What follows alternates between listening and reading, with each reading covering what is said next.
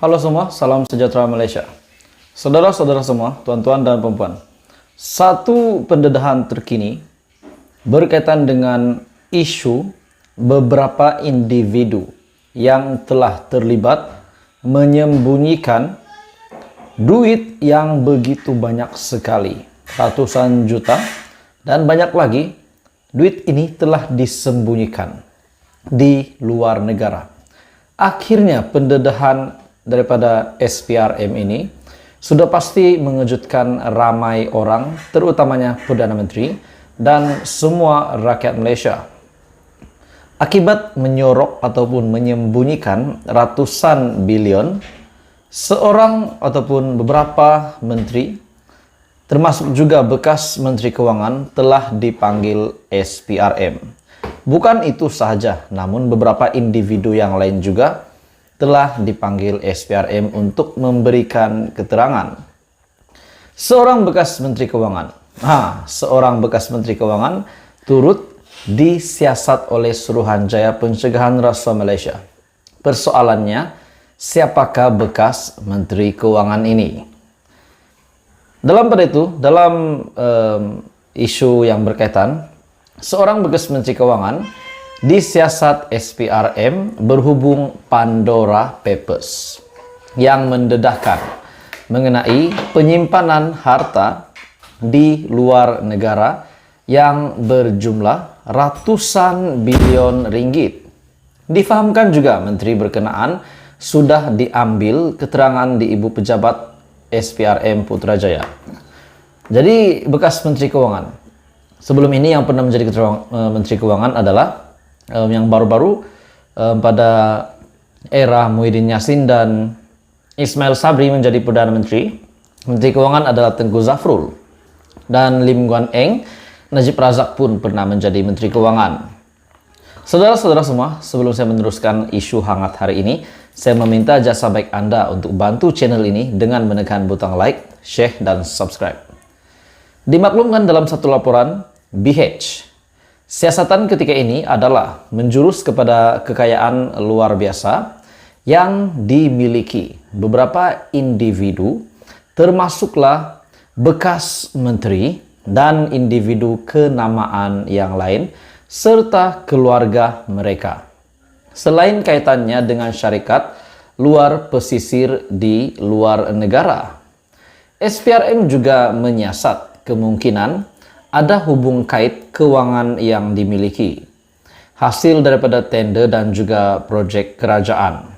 Setakat ini, tiada pembekuan aset yang dilakukan oleh SPRM. Dalam pada itu, BH juga melaporkan cuba untuk mendapatkan Ketua Pesuruh Jaya SPRM, Tan Sri Azam Baki, berhubung perkara ini, berhubung dengan ratusan bilion yang disembunyikan di luar negara oleh beberapa nama pemimpin-pemimpin termasuk menteri dan juga orang-orang kenamaan serta ahli keluarga. Namun belum berhasil setakat ini untuk mendapatkan keterangan ataupun laporan maklumat daripada Ketua Pesuruhjaya SPRM. Pandora Papers, siapa yang tak tahu Pandora Papers? Antara lain telah menyebut kira-kira 12 individu Malaysia, termasuk 4 ahli politik, antara puluhan ketua negara, kerajaan dan pemerintah dari serata dunia yang didapati ataupun dikesan menggunakan tempat perlindungan cukai luar pesisir bagi menyembunyikan aset bernilai ratusan juta dolar sepanjang 25 tahun yang lepas. Datuk Seri Anwar Ibrahim ketika menjadi ketua pembangkang pun pernah mengusulkan tentang perkara ini, pernah membahaskan pendedahan berkaitan dengan Pandora Papers pada sesi Parlimen 2021. Saudara-saudara semua, akhirnya dalam Pandora Papers antara lain yang telah menyebut kira-kira 12 individu Malaysia, termasuk 4 ahli politik. Persoalannya, siapakah 4 ahli politik ini? Dari Malaysia.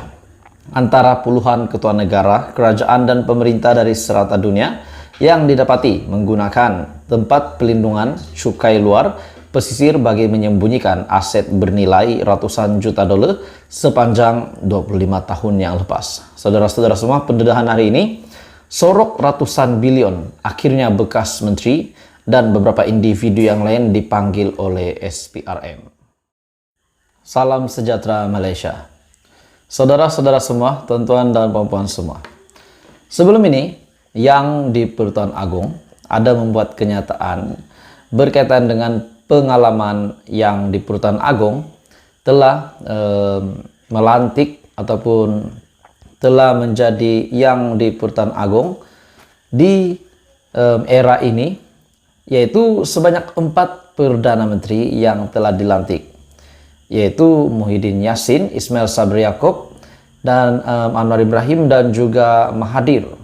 Dan pada akhirnya pendedahan yang di Pertuan Agong ini sudah pasti menggemparkan rakyat Malaysia, menggemparkan keempat nama, termasuk 3 bekas Perdana Menteri dan Perdana Menteri hari ini, yaitu Anwar Ibrahim.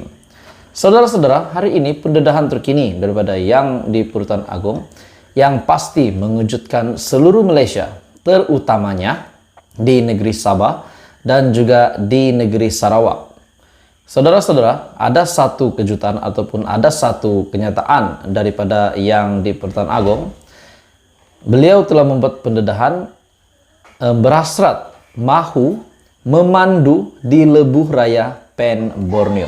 Oke, saudara-saudara, tuan-tuan dan puan-puan, sebelum saya meneruskan isu hari ini, sebelum saya meneruskan ulasan menarik hari ini, saya meminta jasa baik Anda untuk bantu channel ini dengan menekan butang like, share video ini, dan tekan butang subscribe.